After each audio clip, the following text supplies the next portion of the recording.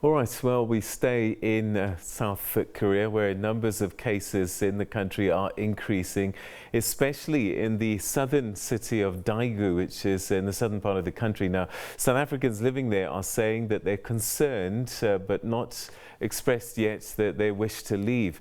The expat community in Daegu is a large one, with many students studying there and even teachers employed.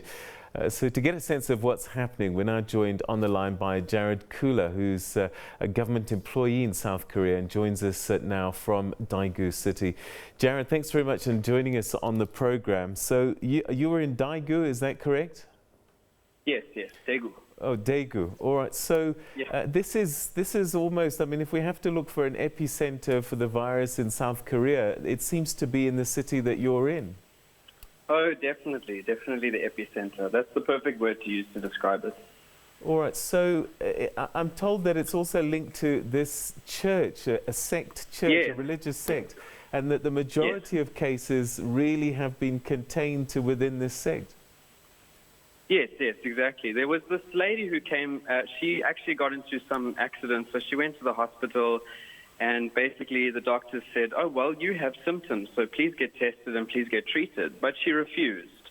So then she went onto this mass gathering at the church and then kind of spread it to all those people, and then they all came back to their families and spread it to their families. So yes, it's basically because of this cult, as we call it. Right. So what are authorities saying? Have they been able to find everybody that potentially was exposed, or is it still something that seems to be spreading at this stage?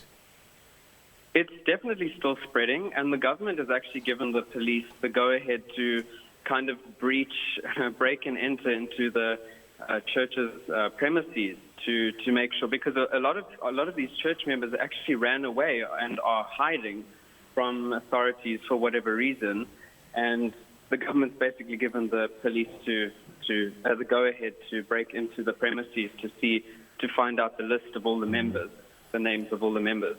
So, as an expat community, how are you guys feeling there? I think some people are. I mean, everyone's a little tense. Fearful, I wouldn't use that to describe myself personally. I wouldn't say I'm fearful, and I wouldn't say a lot of the other expats are fearful just yet. I think we're doing a good job in terms of keeping ourselves, preventing the virus from spreading to ourselves and things. Staying at home. All the schools have kind of shut down, etc. A lot of businesses have shut down actually for the time being. So we're not fearful as yet, but we're a little tense.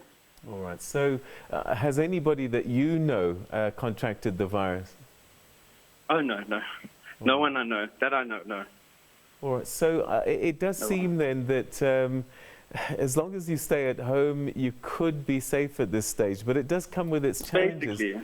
Yeah, things like getting food, getting to shops and things like that. How are you managing? Honestly, that hasn't really affected that. I go to the shop as usual. I just wear a mask and carry around hand sanitizer. Actually, most stores have hand sanitizer in the front anyway. Basically, that's it. It hasn't really affected things in terms of going to the shop. It has affected my social life. I don't go out much, especially to downtown, because that's where most of it is. So, as for the day-to-day activities, like going to the shop, it hasn't really affected much there. So has work pretty much stopped by most people by and large, or are some people still going to work? As for school teachers, we're all at home, basically. In fact, not just Daegu, but around Korea as a whole, a lot of the school teachers have to stay home, obviously. Other workers have actually closed down their shops, but school teachers I know are all basically at home. All right. And I would imagine that people are trying to get hold of you in South Africa just to make sure that everybody's safe. Yes, absolutely, especially family.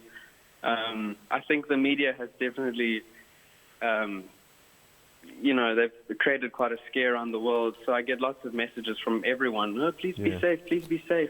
Please come home. Actually, I've gotten a few of those too. So in China, there's a WeChat group that's been set up for people there.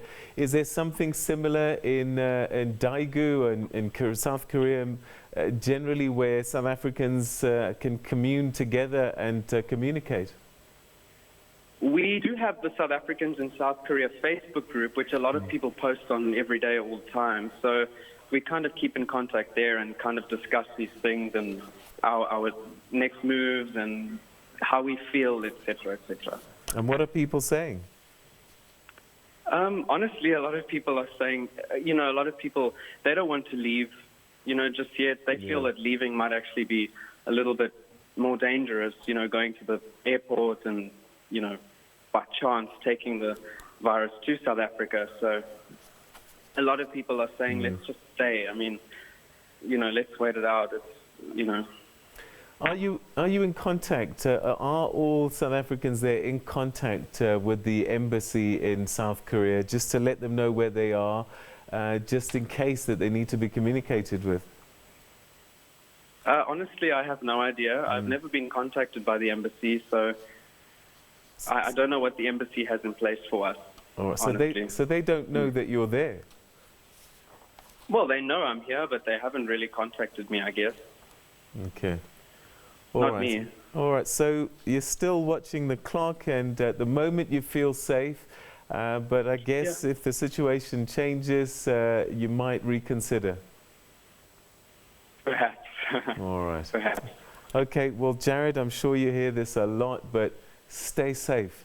And thanks so much indeed for talking to us. Okay, thanks very much for talking with me.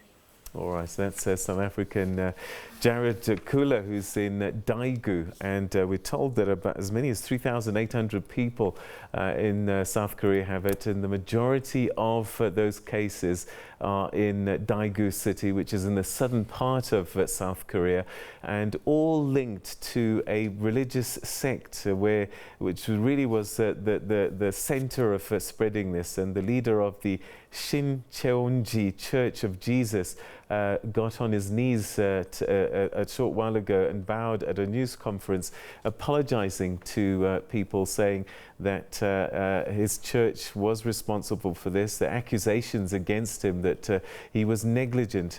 And as we've just heard from Jarrod there, that some of the church members are in hiding, and the police and the authorities are busy trying to get hold of them before they continue to spread the virus.